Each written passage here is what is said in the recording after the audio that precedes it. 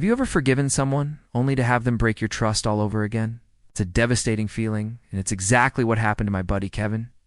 His story is a wild ride, a lesson in trust, betrayal, and ultimately, taking back your power. Kevin and Nora had what everyone thought was the perfect relationship. They'd been together since college, nearly a decade. They were that couple, the one who finished each other's sentences. The one everyone expected to get married and have a couple of kids. Kevin was completely devoted. He supported Nora through her master's degree, worked extra hours to help pay off her student loans, and was her biggest cheerleader when she landed her dream job at a high-powered marketing firm. From the outside, they were rock solid. But as we all know, appearances can be deceiving. The first crack appeared about a year ago. Nora started working late a lot. At first, Kevin didn't think much of it. Her new job was demanding. But then the work dinner started, followed by weekend conferences that he wasn't invited to. He became distant, always on her phone, smiling at texts, but brushing them off as just work stuff when Kevin asked. He felt that gut-wrenching knot of suspicion, but he pushed it down, telling himself he was being paranoid. He trusted Nora. The truth came out in the most cliched way possible. A text message that popped up on her phone while she was in the shower. It was from a colleague, Mark, and it was far from professional. It was explicit, detailing their last work dinner and planning the next one. Kevin felt the floor drop out from under him. The air was sucked from his lungs. He confronted her, his hands shaking as he held up the phone. Nora broke down. The whole story came tumbling out.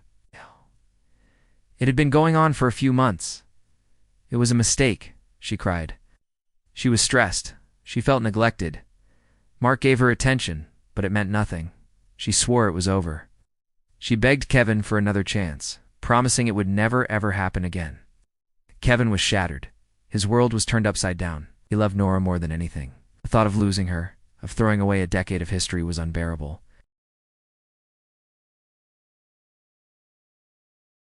Against everyone's advice, he decided to forgive her.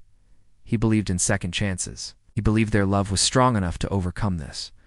So, they went to therapy, they communicated more, and for a while it seemed like they were actually healing. Things started to feel normal again. Kevin let his guard down, believing Nora's promises. He truly thought they'd made it through the storm. He was wrong. About 6 months later, the old patterns started creeping back in. The late nights, the secretive phone calls, the emotional distance. But this time, Nora was smarter. She covered her tracks better. She'd mentioned Mark in passing, talking about what a great team they were at work, trying to normalize their connection in Kevin's mind.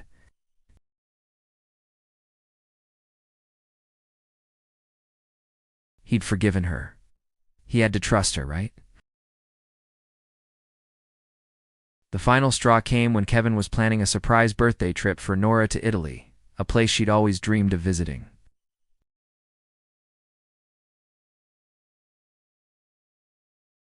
Very expensive, very romantic-looking hotel just a few towns over.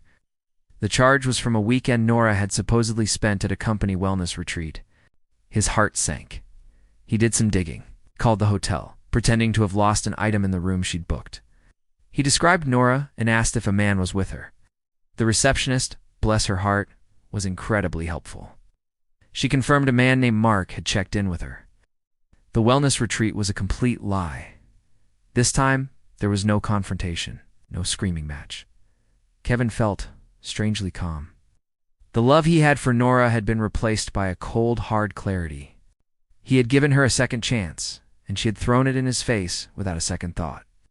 Forgiveness was off the table.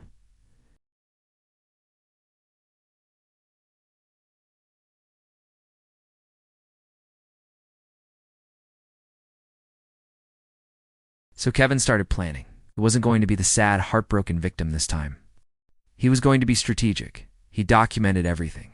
Saved the hotel receipts, the text messages from the first time, and screenshots of Nora's social media posts from her wellness retreat. He meticulously tracked all the money he had poured into her education, their shared apartment, and her lifestyle while she was deceiving him. His plan was simple, but brilliant. He continued playing the loving boyfriend. He even presented Nora with the tickets to Italy for her birthday.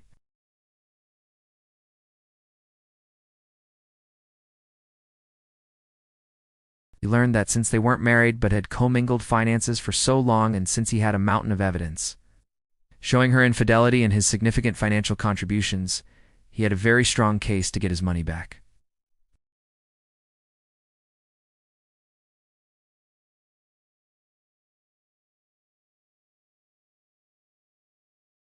He handed it to her. "What's this?" she asked, laughing. "A pre-trip surprise?" "Sort of," Kevin said, his voice even. "It's a gift from my lawyer." Inside was a formal legal notice, detailing his intent to sue her for the funds he de-invested in her and their life together. It included copies of the hotel receipts, the text messages, and a full financial breakdown. Her face went pale. She looked up at him, speechless. "Shh. The trip is canceled," Kevin said calmly. "And so are we. You see, I was willing to forgive a mistake. I wasn't willing to finance a lifestyle of lies. Mark can take you to Italy. You have until the end of the day to pack your things and get out of my apartment." Nora tried to cry, to beg, to manipulate, but Kevin was a wall of stone. He had already grieved their relationship. This was just the cleanup. She left that afternoon.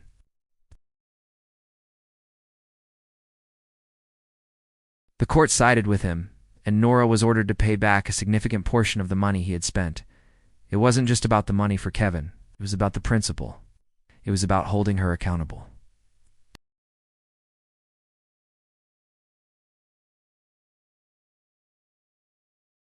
He learned a hard lesson about trust, but he also learned how strong he is.